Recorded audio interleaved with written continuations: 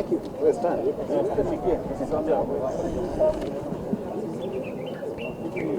All right. We members of Parliament from Murang'a County are concerned by the raging debate in regard to the impeachment of the Deputy President, His Excellency Rigathi Gachagua.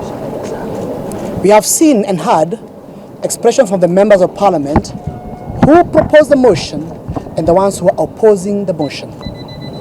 It is clear whichever direction that motion will go, it will have serious social, political, and economic ramifications in the entire mountain region. It will chart a new chapter in our politics. It will have ramification in the 2027 general elections, but most importantly, the economic and social welfare of the people of the mountain will be adversely affected.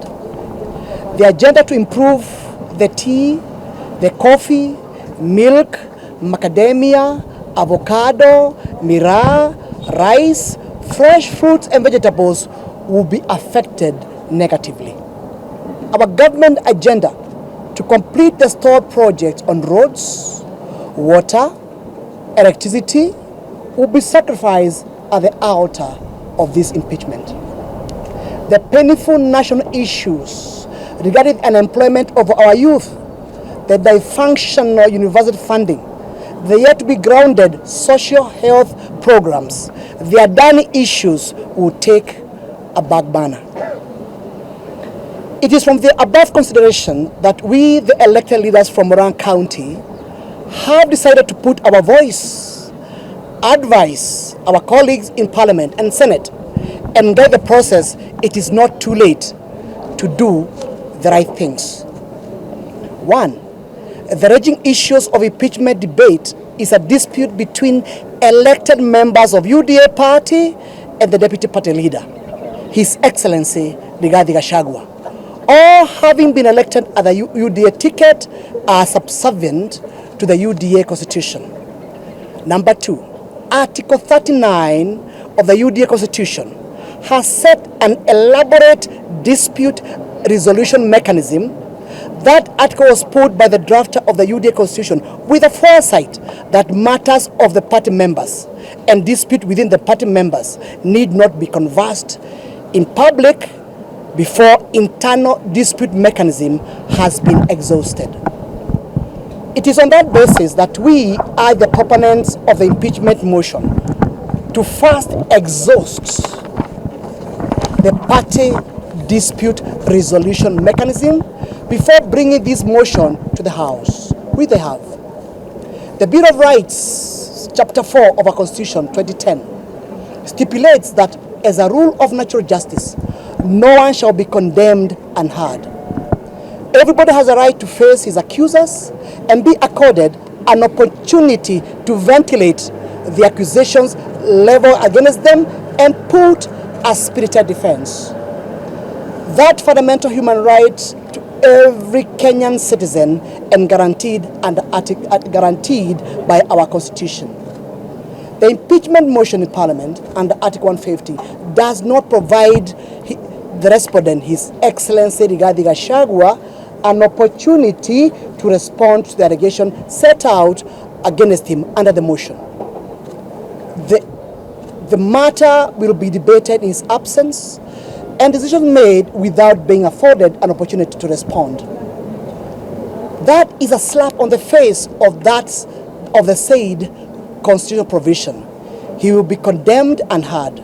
It's on that basis that we are seeking and beseeching our fellow members of Parliament to give the dispute resolution mechanism under Article 39 of the UDA party a chance. The article was created to cure that lacuna under Article 150 of the Constitution. 3. It is a foregone conclusion that the impeachment motion have already found its way to the House, and the Speaker is satisfied himself that the motion has met the constitutional threshold provided under Article 150. Immediate that motion has now already started being debated under Article 118 of the Constitution. Provides that Parliament shall facilitate public participation and involvement in the legislative and other business of Parliament and its committees. From where we sit as members of Parliament, Parliament has not facilitated public participation in this motion. In fact, the reason why we are here today is because our respective constituents, starting from Kangema, Kandara, Gatanga, Kegumo, and Maragua, those respective constituents, if there is presented under Article 1(2), we have expressed ourselves clearly that we should vote. They have said clearly that we should vote no to this motion, and they do not support the impeachment of His Excellency Rigathi Gachagua. The 7 constituencies, Murang'a County, have soundly rejected any attempt to impeach Rigathi Gachagua. Having that in mind then, Parliament has not facilitated the public participation in the 290 constituencies of the Republic of Kenya before presenting the impeachment motion for debate. Therefore, this motion fails to meet the constitutional threshold as provided for by Article 118 of our Constitution. We have learned our lessons from the Finance Bill 2024, which caused deadly Gen Z demonstration across the country because as members of Parliament, we failed to listen to the people who gave us the mandate to represent them at the same and assumed it will go away. A mistake is called a mistake if it is repeated. We are therefore calling the Parliament to facilitate public participation by sending all the members of Parliament back to their constituencies, hold barazas, engage in churches, streets, and come back to Parliament and report what their voters want. It is then and only then a meaningful, legally sanctioned motion can be given a green light to be debated in Parliament.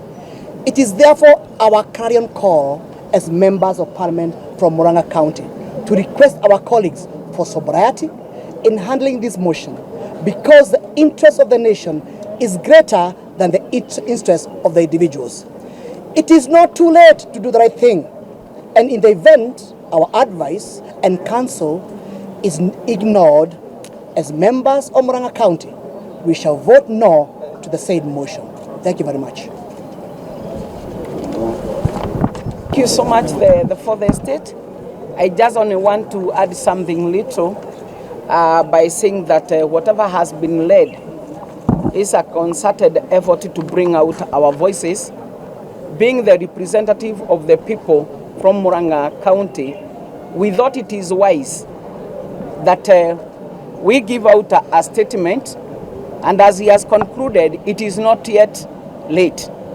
The motion has just been tabled, and therefore the Speaker can guide that we go to our people so that we get their nod, since the Deputy President has been elected by the people of this republic. And going against their wish shows some selfish interest, and this seems to be a calculated move. I want to bring you to the attention of the time that we had the impeachment of Rinturi CS Agriculture. We saw how it went, and we saw how the government came in and saved the situation. Why it was done that, and we could see the kind of fertilizer that our people were buying, and how many of our people lost money, could tell a lot, and yet the impeachment was saved.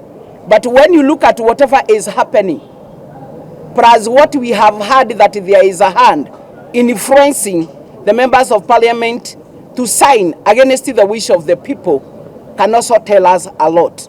Otherwise, I would say this is not how it was supposed to be handled, because as it has been led, the Article 39 of the UDA Constitution, the Deputy President was supposed to be subjected to the dispute resolution mechanism or committee so that he speak out, and then from there we go to the people as per Article 118, so that people hears what the Deputy President, the elected, has done, and then they can give a nod. But you can see all this has been centered to the members of parliament who has been influenced in one way or another. Others were signing other duress that if they don't sign, not a single time, the projects that are in their constituencies will be done, including the new and the stalled ones. But us as Muranga members of parliament, we stood out to listen to the crowd, and that is why we are here, not worried, because we are elected by the people. And it is the same people who pays taxes so that the same tax can be subjected back to them to give development and any other services that is required. In case we suffer what other members of parliament are fearing, then that one will be pronounced to our people. It is because of them and the study that they gave us that has made that to happen. But I want to say, whatever you do to one person, remember, we say that what comes around always goes aloud. And I know God is on his throne. And you remember this administration was set out through players. And I want to remind Kenyans that our president that we love so much, His Excellency William Samoei Ruto, stood and said not a single time that he would ever agree his deputy to be subjected to whatever maybe he went through. What has happened, what has changed his mind, and the ills that they are purporting Rigathi has done, we do not know. Whatever they are mentioning in the hotels and whatever have you, why are we not being told, right from number one, His Excellency, to the CSAs, to the PSAs, to the members of parliament, to the county assembly members, what each one of us has bought within the 2 years. So you can see it is totally winter hand. I know many of those who have bought aircraft and other big things, and yet there is nobody who is coming out to pronounce this. If the deputy president is to be hanged through the impeachment motion, just because of calling unity for Mount Kenya, because there are always those who fear when Mount Kenya comes together, or else he's being subjected to the impeachment just because he called for 1 man, 1 vote, 1 shilling, or else for whatever else he has done. One time, one day, the history will fight its way. Very good. Chuto, say something.